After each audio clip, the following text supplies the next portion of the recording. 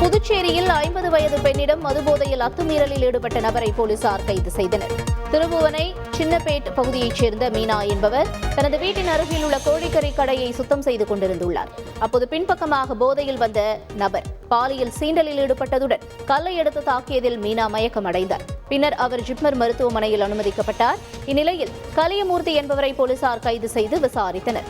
அப்போது போலீஸ் வாகனத்தை சூழ்ந்து கொண்டு கலியமூர்த்தியை பொதுமக்கள் தாக்க முயன்றதால் பரபரப்பு ஏற்பட்டது.